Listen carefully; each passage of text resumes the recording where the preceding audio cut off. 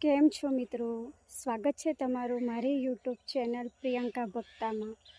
હમણાં ઠંડીની સિઝન ચાલુ થઈ ગઈ છે એટલે તાજા તાજા શાકભાજી ખાવાની ખૂબ જ મજા આવે।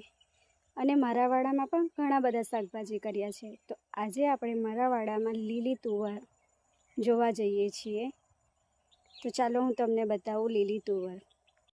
આ મારો વાડો છે અને આમાં સામે જે દેખાય છે એ પાપડીના વેલા છે અને બીજા ઘણા વૃક્ષો છે, ફ્રૂટ્સ છે। અહીંયા જે શાકભાજી રોપવાનું બાકી છે, આ વર્ષે વરસાદ ઘણો હતો એટલે શાકભાજી ના થયું, એટલે ફરીથી રોપવાના છે। આ એક તમને નવું ઝાડ બતાવું।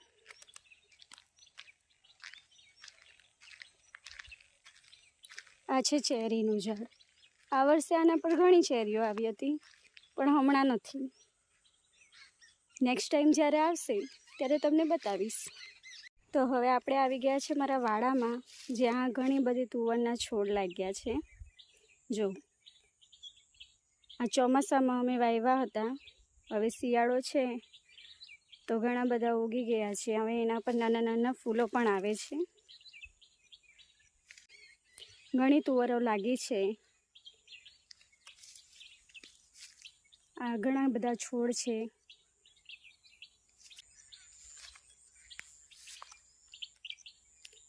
દરેક છોડ ઉપર થોડી થોડી તુવરો લાગી છે પણ હજી બધી નાની છે અને અમુકમાં દાણા ભરાયા નથી, એટલે આપણે આને 3-4 દિવસ પછી તોડીશું। જ્યારે તોડશું ત્યારે તમને આનો વિડીયો જરૂરથી શેર કરીશ અને એ જોવા માટે તમે મારી ચેનલને સબસ્ક્રાઈબ કરો, વિડીયોને લાઈક કરો અને બેલ બટન દબાવો, જેથી મારા નવા વિડીયો હંમેશા તમને મળતા રહે। આવા જ ઘણા બધા શાકભાજી મેં મારા વાડામાં કર્યા છે, જે હું તમને મારા નવા બ્લોગ્સમાં બતાવતી રહીશ।